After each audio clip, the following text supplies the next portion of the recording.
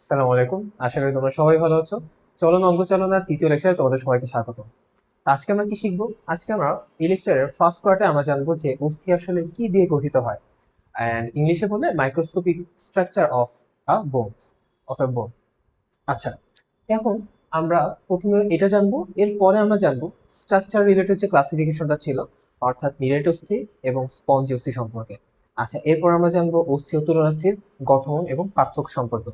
তারপরে আমরা শেষ করবো হচ্ছে ক্লাসটা তরুণাস্থির শ্রেণী বিভাগ দিয়ে। 4 ধরনের তরুণাস্থি আছে, তো এটা শ্রেণী বিভাগ দিয়ে আমরা শেষ করবো। সো তাহলে আমরা টোটাল আজকের লেকচারটা একটু বড় হবে এবং অনেক ইম্পর্টেন্ট। এখানে টোটাল আমরা 4টা ডিফারেন্ট জিনিস নিয়ে আলোচনা করবো।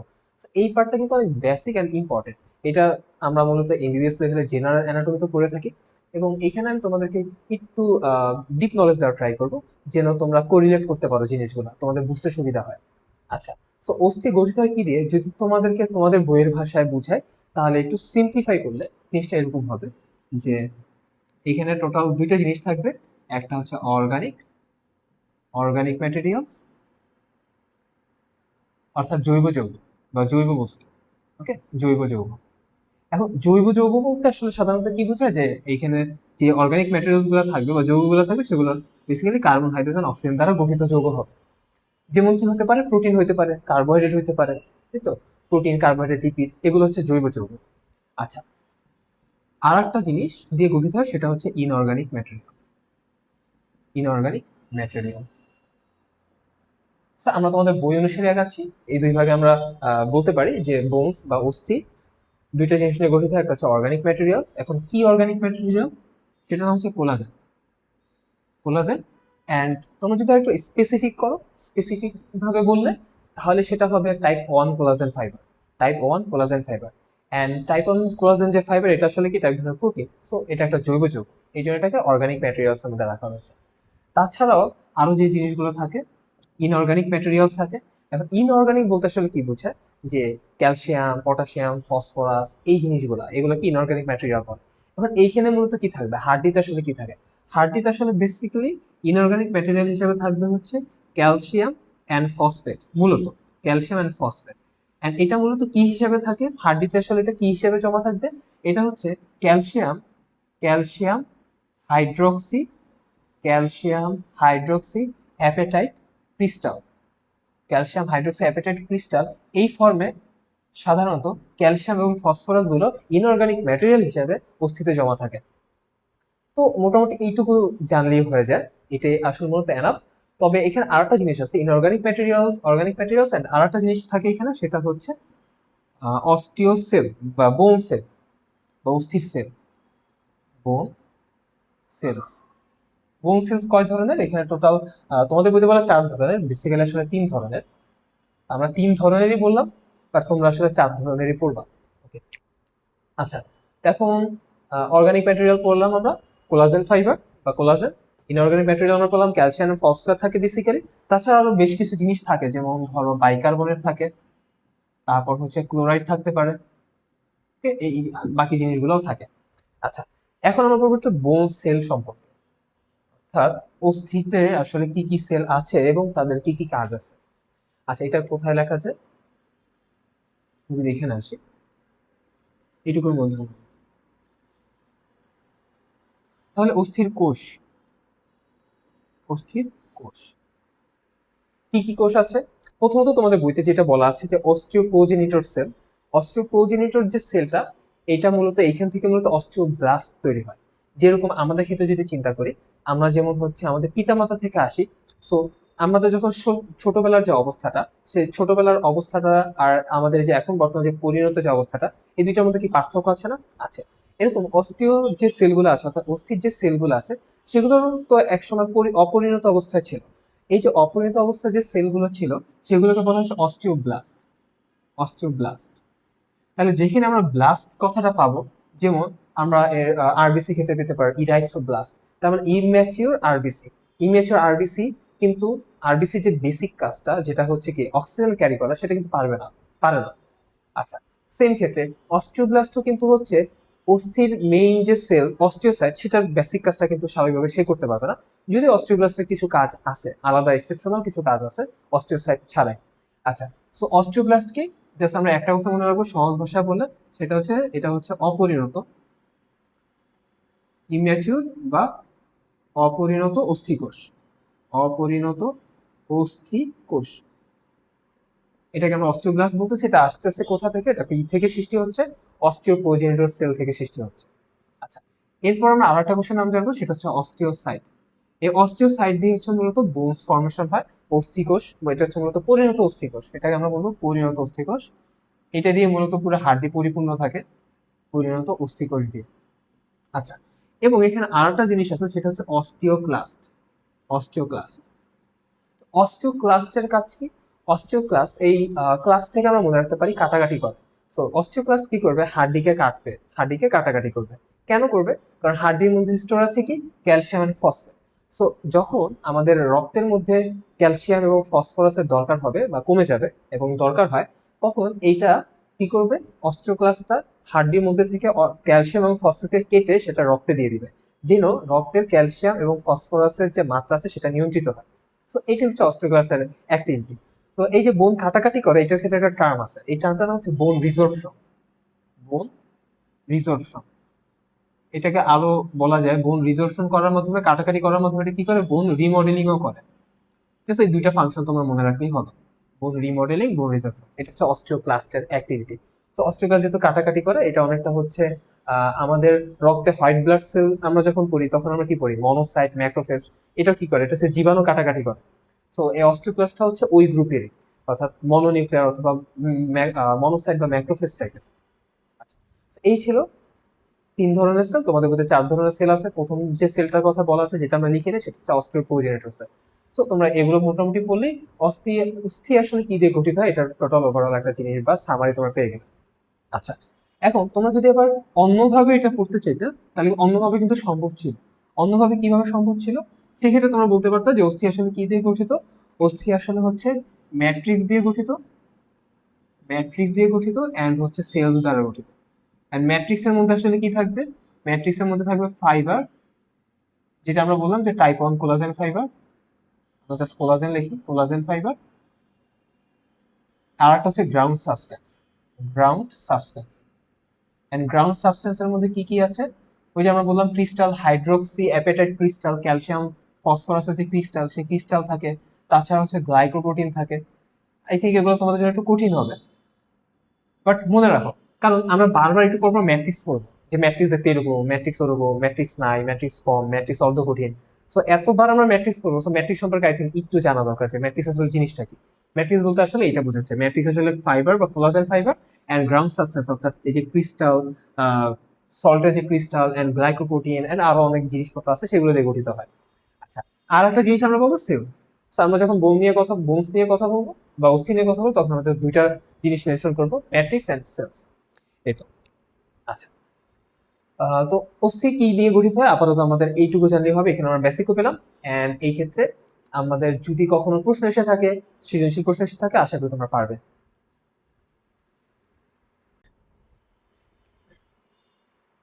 আচ্ছা, তো এখন আমরা হচ্ছে স্ট্রাকচারাল যে ক্লাসিফিকেশন, অর্থাৎ গঠনের ভিত্তিতে অস্থিকে 2 ভাগে ভাগ করা যায়।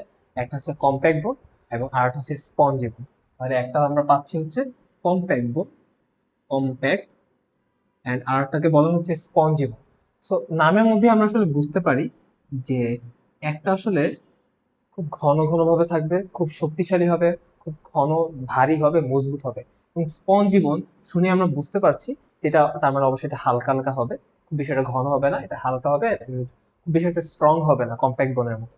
আচ্ছা, এগুলার অপর কিছু নাম আছে, আই হোপ তোমরা এটা দেখে নিবে বই থেকে। So, আমি অপর নামগুলো তোমাদেরকে বলবো না, আমি তোমাদেরকে এইখান থেকে বোঝানোর চেষ্টা করি যে আসলে কম্প্যাক্ট বোনটা আসলে কোথায় থাকে আর স্পঞ্জি বোনটা কোথায় থাকে। এটার ফার্স্ট অফ অল লোকেশনটা আমাদের বুঝতে হবে, তাহলে এমসিকিউ অ্যান্সার করা সোজা, কারণ এটা অনেক সময় প্রায় সময় এসে থাকে যে কোথায় কোনটা থাকে। আচ্ছা, সো এই এটা একটা হাড্ডি, এটা একটা হাড্ডি বা বোন। তো এই বোনটা কোনটা, ওই যে আমরা অনেক সময় দেখি টমি জেরিতে আমরা হয়তো দেখছি, ওইখানে যে কুকুরটা থাকে বা ডগ থাকে, ওটার হয়তো একটা নাম আছে, যাই হোক। তো ওর হাড্ডিটার মতোই কাইন্ড অফ, যাই হোক। আচ্ছা, তো এখন এই হাড্ডিটার ক্ষেত্রে, এই হাড্ডিটার বাইরের দিকে থাকবে আবরণ, থাকবে একটা পেরিওস্টিয়াম। এবং পেরিওস্টিয়াম বা আবরণের ভিতরে যে পার্টটা, ভিতরে যে যে অস্থিটা যেটা গঠিত হবে বা মূল যে স্ট্রাকচারটা যেটা গঠন করবে, সেটাই হচ্ছে মূলত কম্প্যাক্ট। তাহলে পেরিওস্টিয়ামের পর একটা হাড্ডির মূল যে বাহ্যিক যে গঠনটা তৈরি করে, অস্থির যে বাইরের যে গঠনটা তৈরি করে সেটা হচ্ছে কম্প্যাক্ট। তাহলে আমরা কম্প্যাক্ট বোন পাচ্ছি এইখানে। আচ্ছা, এরপর এরপর আমরা কি পাই? এরপর আমরা কম্প্যাক্ট বোনের ভিতরের দিকে আমরা আসলে কি পাচ্ছি? যে স্পঞ্জি বোন। কম্প্যাক্ট বোনের ভিতরে আমরা কি পাচ্ছি? যে স্পঞ্জি বোন। অ্যান্ড এর মাঝখানে আমরা একটা ক্যাভিটি পাই, এটাকে বলা হচ্ছে ম্যারো ক্যাভিটি। অ্যান্ড এই যে ম্যারো ক্যাভিটি, এর মধ্যে হয়তো এটা হতে পারে রেড বোন ম্যারো, অথবা এটা হতে পারে yellow bone marrow. Red bone marrow অথবা yellow bone marrow. Red bone marrow হচ্ছে কি করবে? এটা হচ্ছে রক্ত তৈরি করে, রক্ত কণিকা তৈরি করে। অ্যান্ড ইয়েলো বোন ম্যারো কি করে? যদি কখনো কোনো হাড্ডির red bone marrow yellow bone marrow তো কনভার্ট হতে পারে। আচ্ছা, তো সেই ক্ষেত্রে এটা হচ্ছে চর্বি সঞ্চয় করে সাধারণত। আচ্ছা, তো এই হচ্ছে বোনস এর ক্ষেত্রে আমরা কম্প্যাক্ট অ্যান্ড স্পঞ্জি বোনের লোকেশনটা দেখলাম। কম্প্যাক্ট বোনের ভিতরে কিন্তু তাহলে স্পঞ্জি বোন থাকে। তাহলে প্রত্যেকটা, বলতে গেলে প্রতিটি অস্থির মধ্যে আমরা এই যে লম্বা যে অস্থিগুলো পাই, যেমন humerus, femur, radius, Angla, tibia, এগুলো প্রত্যেকটার ক্ষেত্রে আমরা তাহলে মূল গঠনটা আমরা দেখব যে কম্প্যাক্ট বোন দিয়ে গঠন হচ্ছে, ভিতরে ম্যারো ক্যাভিটি থাকবে অ্যান্ড হচ্ছে স্পঞ্জি বোন থাকবে ভিতরের দিকে। আচ্ছা, তো এটা হচ্ছে স্ট্রাকচারের ভিত্তিতে। তাহলে কম্প্যাক্ট বোনের গঠনটা যদি আমরা একটু দেখি যে কম্প্যাক্ট বোন আসলে দেখতে কেমন, এখানে আমরা একটা কম্প্যাক্ট বোনের মাইক্রোস্কোপিক স্ট্রাকচার আঁকা ট্রাই করেছি। মাইক্রোস্কোপিক স্ট্রাকচারটা আসলে দেখতে কিরকম হয়? আচ্ছা, তো মূলত আমরা এখানে কিছু স্তর দেখব। আমরা যখন মাইক্রোস্কোপ দিয়ে দেখবো, আমরা এখানে কিছু স্তর দেখব। এরকম ভাবে কয়েকটা স্তরে ম্যাট্রিক্সটা সাজানো আছে। এই যে দেখা গেছে যে ম্যাট্রিক্স কথাটা চলে আসছে। ম্যাট্রিক্স কি বলেছিলাম একটু আগে? যে ম্যাট্রিক্স আসলে ground substance, fibre, collagen fibre, ground substance মধ্যে ক্রিস্টাল। তার মানে আমরা বলতে পারি যে ম্যাট্রিক্স আসলে জিনিসটা হচ্ছে একটা ভাসমান কিছু, যার মধ্যে অস্টিওসাইট গুলো থাকে, অস্টিওসাইট বা সেলস গুলো থাকে, অস্থির যে সেল গুলো থাকে সেগুলো থাকে। আচ্ছা, তো এই যে এগুলো হচ্ছে স্তর। এই স্তরগুলো অবশ্যই কোনো নাম আছে, স্তরগুলোর অবশ্যই কোনো নাম আছে, তো নাম আমরা একটু পরে বলতেছি। আচ্ছা, স্তর থাকে, স্তর দেখতে পাই, এন্ড এখানে আমরা একটা ক্যানাল দেখতে পাবো, একটা ক্যানাল। এই ক্যানালেরও অবশ্যই একটা নাম আছে, তাহলে আমরা একটা নালী বা একটা ক্যানাল দেখতে পাবো। আচ্ছা, এখন এই যে 5 থেকে 15টার মতো ম্যাট্রিক্সের যে স্তর দেখা যাচ্ছে, এই স্তরটার নামই হচ্ছে ল্যামিনি। এই স্তরের নাম হচ্ছে কি? ল্যামেলি। আচ্ছা, তাহলে স্তরগুলোকে বলা হয় ল্যামিনি। অ্যান্ড এর মাঝখানে সেন্টারে আমরা যে ক্যানালটা দেখতে পাই বা নালীটা যেটা দেখতে পাই, সেটা বিজ্ঞানী হ্যাভার্সিয়ান আবিষ্কার করছে। তো তার নাম অনুসারে এটার নাম দেওয়া হয়েছে হ্যাভার্সিয়া ক্যানাল। হ্যাভার্সিয়ান ক্যানাল। অ্যান্ড এই যে 5 থেকে 15টা স্তর অ্যান্ড সেন্টারে যে আমরা নালীটা দেখতে পাই বা হ্যাভার্সিয়ান ক্যানালটা দেখতে পাই, এই দুটা মিলে গঠন করবে হচ্ছে হ্যাভার্সিয়ান সিস্টেম। হ্যাভার্সিয়ান সিস্টেম অথবা অস্টিয়ন অস্টিয়ন। এই হ্যাভার্সিয়ান সিস্টেম বা এই যে অস্টিয়নটা, এটাই হচ্ছে মূলত এই যে কম্প্যাক্ট বোনের গাঠনিক একক। এটা হচ্ছে কম্প্যাক্ট বোনের গাঠনিক একক। সো আমাদের যদি রিটেনের প্রশ্ন আসে যে নিরেট অস্থি বা কম্প্যাক্ট বোন বা নিরেট অস্থি, এর বৈশিষ্ট্য লেখো বা এর সম্পর্কে লেখো বা যাই হোক হোয়াট এভার প্রশ্ন আসুক এখান থেকে, সো সেই ক্ষেত্রে আমাদের যদি এই পর্যন্ত আমরা অ্যাটলিস্ট যেতে পারি, এইভাবে করে হালকা একটু ড্র করলাম, এই ফিগারটা একটু আঁকলাম যে কোথায় অবস্থান, ছবি টবি এঁকে টেকে আমি বোঝানোর চেষ্টা করলাম স্যারকে, অ্যান্ড আমরা ফাইনালি এই পর্যন্ত আসলাম যে হ্যাভার্সিয়ান সিস্টেম অস্টিয়নটাই হচ্ছে মূলত নিরেট অস্থি গঠন করে বা গাঠনিক একক। তাহলে মোটামুটি আমাদের 50% কাজ শেষ বলা যায়। এখন 50% কেন কাজ শেষ? কারণ এই যে হ্যাভার্সিয়ান সিস্টেম বা এই যে হ্যাভার্সিয়ান সিস্টেমটা বা অস্টিয়ন যেটা আছে, এটা অবশ্যই অন্য অন্য অস্টিয়ন বা অন্য অন্য হ্যাভার্সিয়ান সিস্টেমের সাথে যোগাযোগ করে। অ্যান্ড এইখানে কিন্তু আমরা এখনো এই যে ম্যাট্রিক্সের লেয়ারের মধ্যে কোথায় অস্টিওসাইটটা আছে সেটার লোকেশন কিন্তু আমরা এখনো বলি নাই। তো তাহলে আমাদের এখানে অস্টিওসাইটের লোকেশনটা লাগবে, কারণ আমরা কি জানি ম্যাট্রিক্স গঠিত হয় ground substance and other things দিয়ে, কোলাজেন ফাইবার দিয়ে, এন্ড এখানে কি ভাসমান অবস্থায় কি থাকবে? অস্টিওসাইট থাকবে। সো এখানে আমরা ল্যামিনি পাইলাম, ক্যানাল পাইলাম, বাট অস্টিওসাইটটা আসলে কোথায়? অস্টিওসাইট হচ্ছে এই যে ল্যামিনি গুলো আমরা দেখলাম এই যে স্তরগুলোতে, এই ল্যামিনির যে স্তর আছে, এই যে ল্যামিনির যে স্তরগুলো আছে, এই ল্যামিনির স্তরে যে কিছু ফাঁকা জায়গা আছে, ফাঁকা জায়গা বা গহ্বর যেটাই বলে, ফাঁকা জায়গা বা গহ্বর। তো এই গহ্বর বা ফাঁকা জায়গাগুলোকে কি বলা হয়? এগুলোকে বলা হয় ল্যাকুনা। ল্যাকুনা। অ্যান্ড এই ল্যাকুনার মধ্যে হচ্ছে অস্টিওসাইট গুলো থাকে। এই ল্যাকুনার মধ্যে হচ্ছে অস্টিওসাইট গুলো থাকে। আচ্ছা, তাহলে আমাদের আরো অনেকটুকু আমরা আগে আগে এগিয়ে গেলাম আমাদের মোটামুটি। আচ্ছা, সো আমরা স্তর পেলাম, স্তরগুলোকে ল্যামিলি বলে, অ্যান্ড ল্যামিলির মাঝখানে সেন্টার একটা নালী থাকে, এটাকে হ্যাভার্সিয়ান ক্যানেল বলে। এই টোটাল জিনিসটা মিলে গঠন হলে হ্যাভার্সিয়ান সিস্টেম বা অস্টিও। আচ্ছা, এরপর আমরা বলতেছি যে ল্যামিলির ভিতরে ফাঁকা গহ্বর থাকে যেটাকে ল্যাকুনা বলে, অ্যান্ড ল্যাকুনার ভিতরে হচ্ছে অস্টিওসাইট থাকে।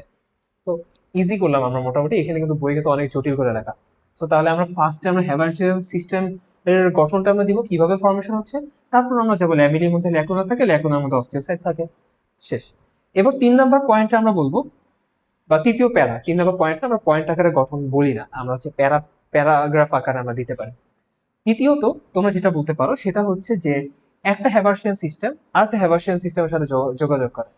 আবার হচ্ছে এই যে ল্যাকুনা গুলা থাকে, এই ল্যাকুনার মধ্যে কিন্তু কানেকশন হয়, একটা ল্যাকুনার সাথে আরেকটা ল্যাকুনার হচ্ছে কানেকশন হবে, অর্থাৎ নালী দিয়ে তারা যোগাযোগ করবে। সো ল্যাকুনা যে কানেকশন, ল্যাকুনা টু ল্যাকুনা যে কানেকশনটা হয় যে নালী দিয়ে, সেটাকে বলা হয়, এটা নামের সাথে মিল আছে, ক্যানালিকুলি। অ্যান্ড হ্যাভার্সিয়ান সিস্টেম বা অস্টিও, একটা অস্টিওনের সাথে আর একটা অস্টিওনের মধ্যে যে কানেকশন, সেটাকে বলা হবে ভকম্যানস ক্যানাল। ভক, ভিও এল কে, ভকম্যানস ক্যানাল, ক্যানাল। এই তো, শেষ।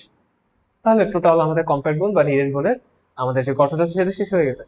আচ্ছা, তো আমরা কিন্তু এই জিনিসটা এখানে কিওয়ার্ড আকারে আমরা এখানে রিপ্রেজেন্ট করছি। কিওয়ার্ডে আমরা প্রথমত বলবো স্তরের কথা, স্তরগুলোর নাম হচ্ছে ল্যামিলি, এর মাঝখানে কি থাকে, একটা ক্যানাল থাকে, এটাকে বলে হ্যাভার্সিয়ান ক্যানাল। এই দুইটা মিলে গঠন করা হচ্ছে হ্যাভার্সিয়ান সিস্টেম বা অস্টিয়ন গঠন করে। অ্যান্ড এই ল্যামিলির মধ্যে কি থাকে, ল্যাকুনা নামক ফাঁকা গহ্বর থাকে, এই ল্যাকুনার মধ্যে হচ্ছে কি থাকে, অস্টিওসাইট থাকে। আচ্ছা, এন্ড ল্যাকুনা কালেকশনকে এই যে একটা নালী দ্বারা সংযোগ স্থাপিত হয়, সেটাকে আমরা বলি হচ্ছে ক্যানালিকুলি। আর এই যে হ্যাভার্সিয়ান সিস্টেম গুলো হচ্ছে যে একটার সাথে একটা যোগাযোগ করে, সেটাকে আমরা বলি ভকম্যানস ক্যানাল। That's it. তো জাস্ট কিওয়ার্ড গুলো মনে রেখে আমরা সিরিয়ালি এক একটা প্যারা দিয়ে, 3টা প্যারা দিয়ে আমরা শেষ করতে পারি খুব সহজে। আচ্ছা, তাহলে এখন এই ছবিতে আমরা একটু দেখি, আমরা এই জিনিসটা আমরা এখানে আগে ট্রাই করি। এই হচ্ছে আমাদের সেই অস্থিটা, অর্থাৎ আমরা তো এটা উপর থেকে দেখছি, এই উপর থেকে। এখন আমরা যদি পাশ থেকে দেখি, অর্থাৎ কাট সেকশন করি, সেকশন করে আমরা দেখতে পাবো এই হচ্ছে অস্টিওনের এইটা, আর এই হচ্ছে আমরা স্তরগুলো দিলাম, অর্থাৎ ল্যামিলি দিলাম। আচ্ছা, এইখানে তো আর একটা হ্যাভার্সিয়ান সিস্টেম আছে, তাই না, যেটা নালী হচ্ছে এটা, আর এই হচ্ছে আরো স্তর, এই দুইটার মধ্যে স্থাপন করছে। এই দেখো, এই যে দুইটা যে হ্যাভার্সিয়ান ক্যানেল বা নালী, এর মধ্যে একটা সংযোগ স্থাপন হচ্ছে একটা নালী দিয়ে। তাহলে এটা কোন নালী হবে, ক্যানালিকুলি না ভকম্যানস ক্যানাল? এটা হবে কি ভকম্যানস ক্যানাল, যেহেতু দুইটা হ্যাভার্সিয়ান সিস্টেমের মধ্যে এটা কানেকশন করছে বা নালীটা সংযোগ স্থাপন করছে, সেটা হবে ভকম্যানস ক্যানাল।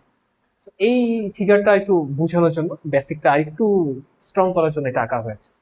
আচ্ছা, এই ছিল কম্প্যাক্ট বোন বা নিরেট বোন সম্পর্কিত সকল কথাবার্তা। এটা কিন্তু রিটেনের জন্য খুবই ইম্পর্টেন্ট। তো তোমরা আশা করি এটা সিরিয়ালি প্রত্যেকটা ভালো মতো পড়বে।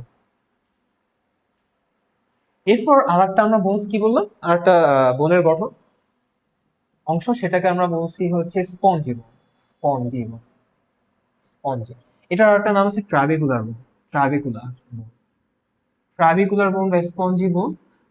নাম শুনে বুঝতে পারতেছি এটা অবভিয়াসলি এটা নরম হবে, খুব বেশি একটা মজবুত হবে না। এন্ড এটার গঠনটা কি হবে, এটার এককটা হচ্ছে ট্রাবেকুলা। এটার গাঠনিক এককটা হচ্ছে ট্রাবেকুলা। এখন ট্রাবেকুলা কথাগুলো যেখানে থাকে, সেখানে সাধারণত ওইখানের গঠনগুলা সাধারণত খুব বেশি একটা ঘন হয় না, হালকা হালকা ভাবে থাকে, হালকা ভাবে যুক্ত থাকে, হালকা ভাবে যুক্ত থাকে। সো বেসিক্যালি আমরা ট্রাবেকুলার মধ্যে আমরা এইখানে অস্টিওসাইট দেখবো, এই যে ল্যামেলি, তারপর হচ্ছে ল্যাকুনা, এন্ড ল্যাকুনার মধ্যে যে অস্টিওসাইট, এগুলো সবই আমরা ট্রাবিকুলাতে পাবো। বাট এই যে হ্যাভার্সিয়ান সিস্টেমটা গঠন হয়েছিল কম্প্যাক্ট বনে, এইখানে কিন্তু হ্যাভার্সিয়ান সিস্টেম গঠন হয় না, এখানে হ্যাভার্সিয়ান সিস্টেম গঠন হবে না, এখানে কোনো হ্যাভার্সিয়ান সিস্টেম নাই। তো তার মানে এই যে ল্যামেলি যে স্তর এবং পাশে যে সেন্ট্রালি যে ক্যানেল, এই মিলে যে হ্যাভার্সিয়ান সিস্টেমটা গঠন হয়েছিল কম্প্যাক্ট বনের ক্ষেত্রে, এটা এখানে হবে না। ওকে, এটা এখানে হয় না। কিন্তু এমনিতে ল্যামিলি থাকবে, ল্যাকুনা থাকবে, এর সবকিছু থাকে ট্রাবেকুলার ক্ষেত্রে, যেটা হচ্ছে স্পঞ্জিবন গঠন করে। আই থিঙ্ক মোটামুটি ক্লিয়ার হলো। স্পঞ্জিবন কি, স্পঞ্জিবন সম্পর্কে বেশি আসে না, তোমার হচ্ছে ট্রাবিকুলারটা গাঠনিক একক, এন্ড ট্রাবিকুলারটা মোটামুটি ল্যামিলি, ল্যাকুনা, অস্টিওকোষ এগুলো নিয়ে গঠিত হয়। খুব বেশি কঠিন কিছু নাই ঠিক এই পর্যন্ত বলাটা। আর 3 নাম্বার লাইনটা বলবো যে হ্যাভার্সিয়ান সিস্টেম নাই। ওকে, জাস্ট 3টা বা 4টা লাইন বললেই শেষ, এখানে তেমন আর বিস্তারিত ব্যাখ্যা দেওয়ার দরকার নেই। এরপরে তোমরা কি বলবা, তোমরা কি এক্সাম্পল তো দেওয়া নাই, উদাহরণ তো দেওয়া নাই। সো তোমরা কম্প্যাক্ট বোনের ক্ষেত্রে উদাহরণ দিবা, বা নিরেট অস্থি, বাংলায় লিখি, নিরেট অস্থির উদাহরণ দিবা। এরপর হচ্ছে তোমরা স্পঞ্জি অস্থির উদাহরণ দিবা। স্পঞ্জি অস্থি আসলে কোনগুলা, যেমন ভ্রূণ অবস্থায়, ভ্রূণ অবস্থায় হচ্ছে স্পঞ্জ অস্থিগুলো পাওয়া যায়। ভ্রূণ অবস্থায় আমাদের বেশিরভাগ বেশিরভাগ আমরা যে অস্থিগুলো পাই সেগুলো সাধারণত হচ্ছে বা আমাদের অস্থির যে গঠনটা সেটা মূলত হচ্ছে স্পঞ্জ অস্থিরই গঠন, নিরেট অস্থি তখনও গঠন হয় না। আচ্ছা, ভ্রূণ অবস্থায় পাওয়া যায়। তাছাড়া মাছের গঠনের ক্ষেত্রে হচ্ছে স্পঞ্জি অস্থি পাওয়া যায়। আরো বিভিন্ন উদাহরণ আছে। আর নিরেট অস্থির ক্ষেত্রে উদাহরণ কি হতে পারে, এই যে আমরা এক্সাম্পল গুলো বলতে পারি, এই যে আমাদের হাতের ক্ষেত্রে যেমন হচ্ছে হিউমেরাস, ফিমার, রেডিয়াস, আলনা।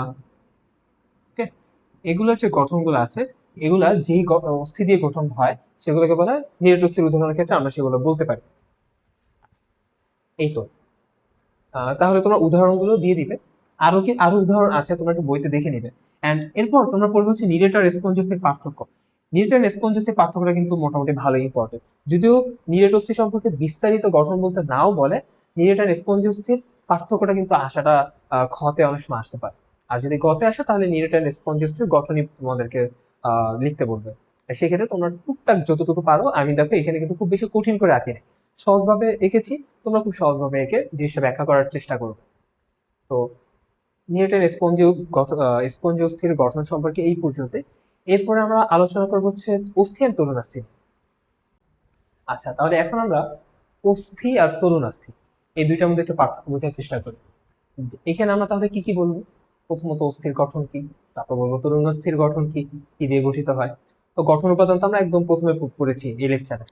আচ্ছা, তারপর আমরা জানবো যে অস্থি আর তরুণাস্থির মধ্যে পার্থক্যগুলা ক্ষেত্রে বলতে পারি অস্থির এক্সাম্পল কি, অস্থি কোথায় থাকে, তরুণাস্থির এক্সাম্পল, তরুণাস্থি কোথায় থাকে। এবং এদের মধ্যে আরো আমরা যদি পার্থক্য করতে চাই সেটা আমরা শক্তির তারতম্য দিয়ে করতে পারি, যে কোনটা শক্তি বেশি, কোনটা বেশি দৃঢ়, কোনটা নরম বা মজবুত কম, এরকম। আচ্ছা, শুরু করা যাক। অস্থি তরুণাস্থি, সেক্ষেত্রে আমরা প্রথমত আমাদের মাথায় আসলে আমরা ফার্স্টে কি চিন্তা আসতে পারে যে অস্থি আসলে কোনগুলা, অস্থির নামগুলো আসলে কি, বা তরুণাস্থি বলতে আমরা সবার ফার্স্টে আমাদের মাথায় কি চিন্তা আসে। তরুণাস্থি, তাহলে এই যে আমরা এই যে কানের এইটা ধরি, এটা কি নরম নরম লাগছে না, তাহলে এটা একটা তরুণাস্থি। আচ্ছা, এটা কি তরুণাস্থি? না, এটা কিন্তু জাস্ট ফ্যাটি টিস্যু, এটা তরুণাস্থি না, এটা তরুণাস্থি। আচ্ছা, তারপর নাকের এখান থেকে একদম অস্থি আর তরুণাস্থির মূল পার্থক্য আমরা এইখান থেকে বুঝতে পারবো। এই উপরের দিকে এটা কিন্তু হচ্ছে ন্যাসাল নোড, সো এটা একটা অস্থি। আবার এইখানের দিকে এটা কিন্তু হচ্ছে তরুণাস্থি, এটা কিন্তু খুব নরম। সেই যে এই এক জায়গার মধ্যে আমরা দেখতে পাচ্ছি যে অস্থি তরুণাস্থির মধ্যে পার্থক্য কি। তাহলে এই পার্থক্যটা আমরা এখানে বলি নাক ধরে, নিজেদের নাক ধরে পরীক্ষার মধ্যে আমরা চিন্তা করে বলতে পারি যে অস্থি তরুণাস্থির মধ্যে পার্থক্য কি হতে পারে। তাহলে অস্থি কি হবে? শক্ত হবে, অস্থি হবে শক্ত। তারপর এইটা কি স্থিতিস্থাপক হবে না অস্থিতিস্থাপক হবে? তারপরে এটা অস্থিতিস্থাপক হবে, ভঙ্গুর হবে। এটাতে কোনোভাবে যদি বল প্রয়োগ করা হয়, স্ট্রেস প্রয়োগ করা হয়, তাহলে এটা ভেঙে যাবে। অস্থিতিস্থাপক, অস্থিতিস্থাপক, অস্থিতিস্থাপক। আচ্ছা, সেক্ষেত্রে তো তরুণাস্থি কি, আমরা দেখতেছি তরুণাস্থি কিন্তু মুভ করতে পারতেছি, এদিক ওদিক সরাতে সরাতে পারছি। তাহলে সেক্ষেত্রে এটা হচ্ছে কি নরম, এবং এটা হচ্ছে কি স্থিতিস্থাপক বা ইলাস্টিক, মুভ করা যাচ্ছে। স্থিতিস্থাপক বা ইলাস্টিক, নরম, স্থিতিস্থাপক এন্ড ইলাস্টিক। এই তো। আচ্ছা, তাহলে আমরা নাক ধরে আমরা একটা বৈশিষ্ট্য বের করে ফেললাম যে গঠন কেমন। এইখানে আমরা বলতে পারি গঠনটা কেমন। আচ্ছা, তারপর এদের উপাদানের ক্ষেত্রে যদি আমরা যাই, অস্থি আর তরুণাস্থির গঠনিক উপাদানটা নিয়ে, সেক্ষেত্রে আমরা দেখতে পাবো তরুণাস্থিটা মূলত, তরুণাস্থিটার ক্ষেত্রে ম্যাট্রিক্স অনেক বেশি থাকে, ম্যাট্রিক্স বেশি থাকে অস্থি কোষের তুলনায় বা তরুণাস্থি কোষের তুলনায়। তরুণাস্থির ক্ষেত্রে ম্যাট্রিক্সের পরিমাণটা বেশি থাকে তুলনামূলকভাবে অস্থির থেকে। আর অস্থির ক্ষেত্রে আমরা ম্যাট্রিক্স এখানে আমরা পাই, ঠিক আছে, কিন্তু তরুণাস্থির তুলনায় কম, ম্যাট্রিক্স তরুণাস্থির তুলনায় কম। তাহলে এইখানে যদি আমরা রেশিও করি, ম্যাট্রিক্স এন্ড অস্থিকোষের রেশিও, ম্যাট্রিক্স এন্ড অস্থিকোষের রেশিও, তাহলে সেক্ষেত্রে অস্থিতে আমরা কম পাবো, অস্থির ক্ষেত্রে আমরা ম্যাট্রিক্সের পরিমাণ কম পাবো, তরুণাস্থির ক্ষেত্রে ম্যাট্রিক্স পরিমাণ বেশি পাবো। এইটাই সিম্পলি জাস্ট আমরা মনে রাখি। তাহলে আমরা এই ক্ষেত্রে আমরা পেলাম গঠনের ক্ষেত্রে উপাদানের নিয়ে আমরা একটু কথা বলবো। আচ্ছা, এরপর অস্থির যে আবরণ বা অস্থি সম্পর্কে আরেকটা জিনিস আমরা বলবো, সেটা হচ্ছে অস্থি কিন্তু কোনো অস্থিতে কিন্তু রক্তবাহিকা আছে, রক্তবাহিকা সমৃদ্ধ, রক্তবাহিকা সমৃদ্ধ। বাট তরুণাস্থি কিন্তু রক্তবাহিকা বিহীন।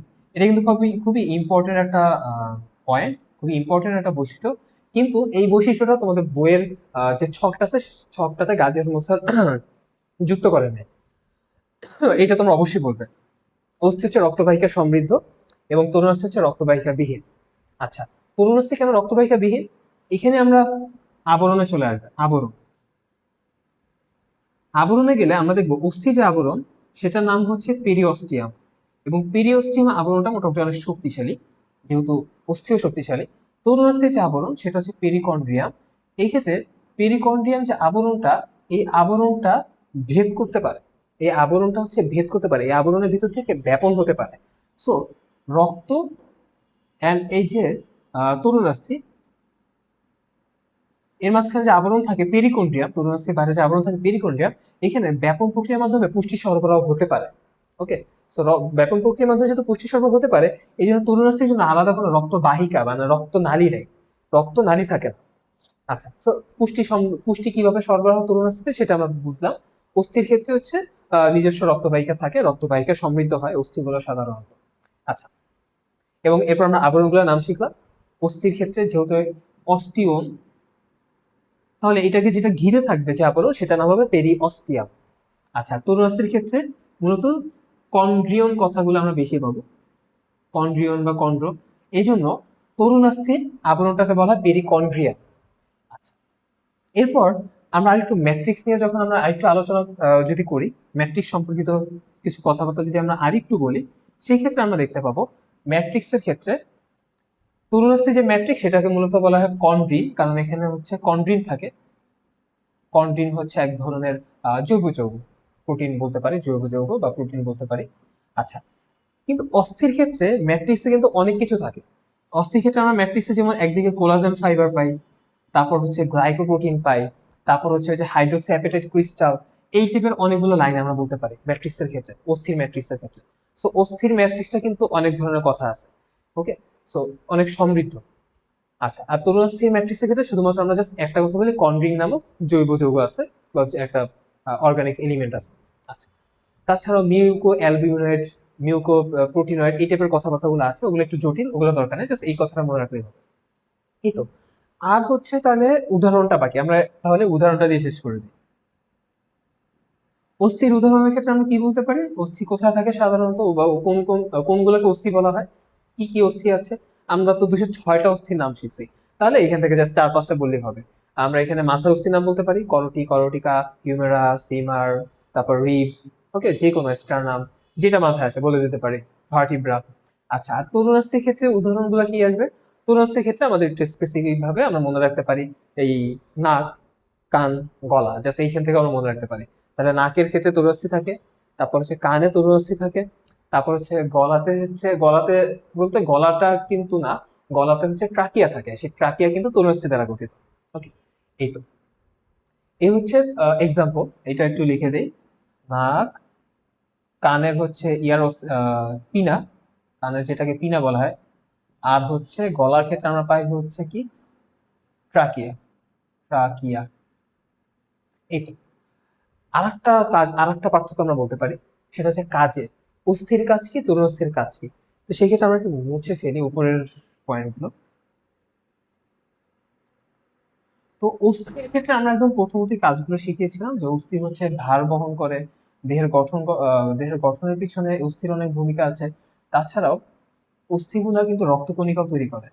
এবং তাহলে তরুণ অস্থির আসলে কাজ কি, তাহলে অস্থির ক্ষেত্রে মূল কাজগুলো ছিল দেহের ভার বহন, এছাড়াও দেহের যে মুভমেন্ট গুলো ছিল সেই মুভমেন্টে অস্থির অনেক ভূমিকা আছে, কারণ অস্থির সাথে হচ্ছে পেশিগুলো সংযুক্ত অবস্থা থাকে। তাহলে পেশিগুলোর যে মুভমেন্ট হয় সেক্ষেত্রে অস্থির খুব ভূমিকা আছে। আচ্ছা, এবং তরুণ অস্থির ক্ষেত্রে মূলত যেটা হয় সেটা হচ্ছে এটা চাপ টান প্রতিরোধ করতে পারে। তরুণ অস্থিগুলো হচ্ছে মূলত চাপ টান প্রতিরোধে খুব ভূমিকা রাখে। এই জন্য তরুণ অস্থিগুলো কিন্তু দুইটা জয়েন্টের মাঝখানে থাকতে পারে। ধরা যাক এইটা হচ্ছে আমাদের একটা ভার্টিব্রা, এই হচ্ছে আমাদের আরেকটা ভার্টিব্রা, অর্থাৎ আমাদের যে মেরুদণ্ডের হাড্ডি সেটার কথা বলতেছি। And এর মাঝখানে কিন্তু হচ্ছে তরুণ অস্থি থাকে। এই তরুণ অস্থিটা কি করে, দুইটা ভার্টিব্রার মাঝখানে যখন ওয়েট ট্রান্সমিশনের সময় যে ঘর্ষণটা হতে পারে সেই ঘর্ষণটা কমায় ফেলে। তারপর ধরা যাক এই একটা জয়েন্ট, এই হচ্ছে আরেকটা জয়েন্ট, এই দুই জয়েন্টের মাঝখানে এই যে জায়গাটা, এই জায়গাটা কিন্তু তরুণ অস্থি দ্বারা গঠিত হয়। তরুণ অস্থি দ্বারা গঠিত হওয়ার কারণে কি হয়, যখন জয়েন্টগুলোর ফ্রিকশন হয়, ফ্রিকশনটা হ্রাস পায়, কারণ তরুণ অস্থির মধ্যে হচ্ছে এই উপাদানগুলো থাকে যেগুলো ফ্রিকশনটাকে হ্রাস করতে পারে। আচ্ছা, তো চাপটান প্রতিরোধ, তারপর হচ্ছে সন্ধির সন্ধিস্থলে ঘর্ষণ প্রতিরোধ করা, ঘর্ষণ প্রতিরোধ করা। তাছাড়াও ফাইব্রোকার্টিলেজ নামক অনেক শক্তিশালী একটা তরুণাস্থি আছে, ফাইব্রোকার্টিলেজ। এই ফাইব্রোকার্টিলেজ গুলো মূলত এই যে এখানে থাকতে পারে, এই যে এই ইন্টারভার্টিব্রাল ডিস্কের এখানে দুইটা ভার্টিব্রার মাঝখানে, এগুলো খুবই শক্তিশালী তরুণাস্থি। এগুলো হচ্ছে চাপ টান প্রতিরোধ, ঘর্ষণ প্রতিরোধ, এগুলো তো অনেক বেশি পরিমাণে সাহায্য সহযোগিতা, অনেক বেশি সহায়তা করে। তো তাহলে তরুণাস্থির ক্ষেত্রে আমরা কাজটা বুঝতেছি, তরুণাস্থি কিন্তু অস্থিকে সহায়তা করে মূলত। দুইটা অস্থি যখন মুভমেন্ট হয় সেই ক্ষেত্রে সহযোগিতা করতে পারে, এবং তরুণাস্থি দিয়ে কিন্তু গঠনও হচ্ছে, যেমন এই যে নাকের গঠন, কানের গঠন, তারপর হচ্ছে আমাদের ট্রাকিয়ার গঠন, শ্বাসনালীর গঠন, ট্রাকিয়া বা শ্বাসনালী, এটার গঠনে কিন্তু তরুণাস্থির ভূমিকা আছে। তো ওভারঅল আমরা তাহলে ফাংশনটাও জানতে পারলাম যে অস্থি আর তরুণাস্থির মধ্যে আসলে ফাংশন গুলো কি। এই তো অস্থি তরুণাস্থির পার্থক্যগুলো আমরা এইভাবে বলতে পারি। তো তোমাদের কাজ হচ্ছে ভিডিওটা একবার দেখো, বইয়ের ছকের পার্থক্যগুলো একটু দেখো, এবং তোমরা নিজে হচ্ছে আমার লেকচার এবং বইয়ের লেকচার থেকে পয়েন্ট আকারে পয়েন্ট পয়েন্ট করে গঠন, বৈশিষ্ট্য, আবরণের নাম, তারপর হচ্ছে রক্তবাহিকা আছে কি নাই, তারপর হচ্ছে কাজ কি বা ফাংশন, এগুলো প্রত্যেকটা পয়েন্ট পয়েন্ট করে তোমরা হচ্ছে এইভাবে করার লেখার চেষ্টা করবে। আমার মনে হয় এটা খুব ইম্পর্টেন্ট পরীক্ষার জন্য। তো তোমরা এটা বেশি বেশি সময় দেওয়ার চেষ্টা করবে। তাহলে অস্থি তরুণাস্থির পার্থক্য গেল। এবার আমরা তরুণাস্থির যে শ্রেণী বিভাগটা আছে সেটা দিয়ে আমাদের এই লেকচারটা শেষ করে দেবো। তরুণাস্থির শ্রেণী বিভাগ। আচ্ছা, তো তরুণাস্থির শ্রেণী বিভাগের ক্ষেত্রে 4 ধরনের তরুণাস্থি আছে। আচ্ছা, এটা মূলত হচ্ছে গঠনের ভিত্তিতে, যে তরুণাস্থির ভিতরে মাইক্রোস্কোপে আসলে দেখতে গঠনটা কিরকম। তো তরুণাস্থির ক্ষেত্রে কিন্তু হচ্ছে তরুণাস্থির যে অস্থি, মানে তরুণাস্থির যে কোষ, সেই কোষের নাম কিন্তু হচ্ছে কন্ড্রোসাইট। অস্থির ক্ষেত্রে ছিল অস্টিওসাইট, তরুণাস্থির ক্ষেত্রে হচ্ছে কন্ড্রোসাইট। তো কন্ড্রোসাইট গুলো যে থাকবে আমরা কোথায় আঁকা যায়, এখানে একটু আঁকি। তো ধরলাম এটা হচ্ছে, আমরা আঁকলাম মাইক্রোস্কোপের নিচে, আমরা ধরলাম এই হচ্ছে কন্ড্রোসাইট, দেখতে পাচ্ছি কন্ড্রোসাইট। আচ্ছা, এখন এই যে কন্ড্রোসাইট গুলো কিসের মধ্যে আছে, ম্যাট্রিক্সের মধ্যে আছে। তার মানে আশেপাশে আমরা যা দেখতে পাচ্ছি এগুলো সব ম্যাট্রিক্স। এখন এখন এই ম্যাট্রিক্সটা আসলে দেখতে কেমন, এই ম্যাট্রিক্সটা আসলে দেখতে কেমন, যদি ম্যাট্রিক্সটা হয় স্বচ্ছ, ম্যাট্রিক্সটা হয় স্বচ্ছ, তারপর হয় স্বচ্ছ নীলাভ আকাশ, আমরা বলি না অনেক সময় একদম ট্রান্সপারেন্ট আকাশ। আকাশ কি হয় সাধারণত, নীল নীল আকাশ বলি, ট্রান্সপারেন্ট। তো এখানে আমরা বলবো যে ম্যাট্রিক্সটা যদি স্বচ্ছ হয়, নীলাভ হয়, স্বচ্ছ অর্থাৎ ট্রান্সপারেন্ট এবং নীলাভ হয়, এই অস্থিটার নাম হচ্ছে, এই তরুণাস্থির নাম হচ্ছে হায়ালিন তরুণাস্থি। হায়ালিন তরুণাস্থি। আচ্ছা, স্বচ্ছ নীলাভ ম্যাট্রিক্স হলে সেক্ষেত্রে আমরা এইটাকে বলছি হায়ালিন তরুণাস্থি বা কার্টিলেজ। আচ্ছা, এখন এটার উদাহরণ কি হতে পারে, তো হায়া, হায়া কথাটার সাথে আমরা অনেক সময় এইভাবে মনে রাখতে পারি যে অনেক সময় চুরি করলে নাক কেটে দেয়, বা বলে নাক কাটা গেল, কান কাটা গেল, এরকম আমরা শুনি। তো হায়ালিন যে কার্টিলেজ গুলো সেগুলো আসলে নাক কান এগুলো গঠন করে। তো তাহলে নাক, তারপর হচ্ছে কানের ক্ষেত্রে কিন্তু কানের বাহ্যিক গঠনটা পিনা না, কানের ক্ষেত্রে হচ্ছে কর্ণকুহর, কর্ণকুহর। এটার ইংলিশটা আমার ঠিক মনে নেই, মনে রাখো না, কর্ণকুহর। তারপর হচ্ছে গলার ক্ষেত্রে নাই, না, কর্ণকুহর। আরেকটা জায়গা সেটা হচ্ছে অস্থির সন্ধিস্থল, অর্থাৎ জয়েন্ট গুলা, সন্ধিস্থল। এটা খুবই ইম্পর্টেন্ট, এটা পরীক্ষায় এমসিকিউতে অনেকবার আসে, অস্থির সন্ধিস্থলে। তো আমরা যদি দেখি যে এটা হচ্ছে একটা অস্থি, এইখানে আর একটা অস্থি আছে, এই যে সন্ধিস্থল, এই যে জয়েন্ট ফর্মেশন করলো, এই জায়গাতে, এই জায়গাতে যে কার্টিলেজটা থাকবে এবং ফ্রিকশনটা প্রিভেন্ট করবে সেটা হচ্ছে এই যে স্বচ্ছ হায়ালিন কার্টিলেজ বা হায়ালিন কার্টিলেজ। আচ্ছা, তো অস্থি সন্ধিস্থল, নাক, কর্ণকুহর ইত্যাদি জায়গাগুলোতে থাকে আরো বেশ কিছু জায়গা আছে, যেমন হচ্ছে রিবস, বা এটাকে বাংলা কি বলা যায়, আচ্ছা ইংলিশে লিখলাম রিবস বা পরশুকা, পরশুকার প্রান্ত, পরশুকার প্রান্ত। পরশুকার প্রান্ত কোনটা, পরশুকা বা রিবসের সৃষ্টি হয় হচ্ছে মানে শুরু হয় পিছন থেকে, ভার্টিব্রা থেকে, শেষ হয় এখানে এসে। তো এইখানে কোস্টাল কার্টিলেজ, এখানে একটা কার্টিলেজ আছে কোস্টাল কার্টিলেজ, এই কোস্টাল কার্টিলেজ এসে শেষ হয় প্রান্ত ভাগটা। তাহলে রিবসের যে প্রান্ত ভাগ যেখানে হচ্ছে কোস্টাল কার্টিলেজ থাকে, এটা হচ্ছে কি হায়ালিন, এটা হচ্ছে হায়ালিন, এই যে হায়ালিন কার্টিলেজ। ওকে, তাহলে রিবসের প্রান্ত ভাগ। তো এরকম আমরা কয়েকটা এক্সাম্পল মনে রাখবো, আর মেইন জাস্ট এটা মনে রাখবো, ম্যাট্রিক্সের গঠনটা। এটা গেল। এরপর আমরা কি শিখতে পারি, এরপর হচ্ছে ম্যাট্রিক্সটা যদি এখন স্বচ্ছ না হয়, ম্যাট্রিক্সটা হচ্ছে স্বচ্ছ যদি না হয়, এটা ছিল স্বচ্ছ নীলাভ এবং তন্তুবিহীন, ম্যাট্রিক্সটা যদি আবার স্বচ্ছ না হয়ে, স্বচ্ছ না হয় যদি অস্বচ্ছ এবং তন্তুযুক্ত, কিরকম, হলুদাভ, হলুদাভ, হলুদ, হলুদের মতো তন্তুযুক্ত হয়, হলুদ রঙের তন্তুযুক্ত যদি ম্যাট্রিক্স হয়, অস্বচ্ছ হয়, তাহলে তো এটা অবশ্যই অস্বচ্ছই হবে। যেহেতু হলুদ হলুদ তন্তুযুক্ত, হলুদ কালারের তন্তুযুক্ত, তাহলে এটা অবশ্যই স্বচ্ছ হবে না। এই ধরনের যে তরুণাস্থিগুলো আছে, এই ধরনের যে তরুণাস্থিগুলো আছে, এগুলোকে আমরা বলতেছি হচ্ছে স্থিতিস্থাপক, স্থিতিস্থাপক বা ইলাস্টিক কার্টিলেজ, স্থিতিস্থাপক বা ইলাস্টিক কার্টিলেজ। আচ্ছা, তো এগুলোর এক্সাম্পল কি? স্থিতিস্থাপক ইলাস্টিক কার্টিলেজের, এটা আমরা ট্রিপলি দিয়ে মনে রাখতে পারি, ট্রিপলি দিয়ে মনে রাখতে পারি। অ্যান্ড এই ক্ষেত্রে হচ্ছে ইতে হচ্ছে ইয়ার মানে হচ্ছে পিনা, এই যে কানের যে পিনা, এটা স্থিতিস্থাপক পিনা। ইতে হচ্ছে Eustachian tube, Eustachian tube. Eustachian টিউবটা কোথায় থাকে?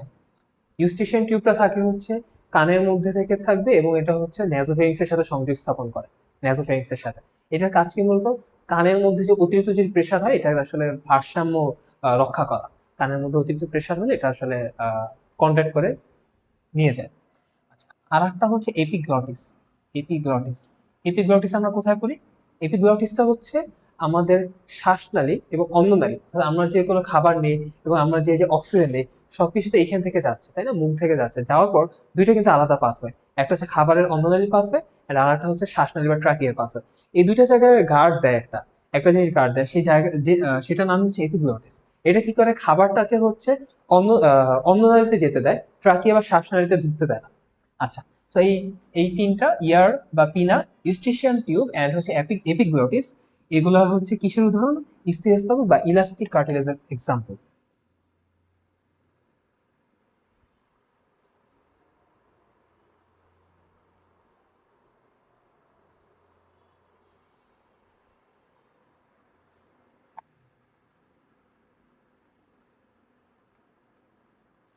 আচ্ছা, তো একটা বললাম আমরা স্থিতিস্থাপক, ইলাস্টিক, যেটাকে আমরা হলুদ কালার দেখি, সো এটা হচ্ছে পিততন্তুময়। আর আরেকটা আমরা পাবো হচ্ছে, ওইটা কিন্তু ফাইব্রাস ছিল। প্রথমটা স্বচ্ছটা কিন্তু ফাইব্রাস ছিল না, কোনো ফাইবার ছিল না। আর স্থিতিস্থাপক যেটা তন্তুময় ছিল, হোয়াইট, একটা হচ্ছে ইয়েলো কালার, ওইটা কিন্তু ফাইব্রাস, অর্থাৎ ফাইবার আছে। অ্যান্ড এইখানে আমরা বলবো হচ্ছে হোয়াইট ফাইব্রাস, হোয়াইট ফাইব্রাস। এটা হচ্ছে শ্বেত তন্তুময়, শ্বেত তন্তুময়। ওটা ছিল হলুদ তন্তুময়, আর এটা হচ্ছে শ্বেত তন্তুময়। আর এইখানে যে ম্যাট্রিক্স গুলো থাকবে, এই যে এখানে কন্ড্রোসাইট, আর এই যে ম্যাট্রিক্স গুলো থাকবে, এই ম্যাট্রিক্স গুলো কি হবে?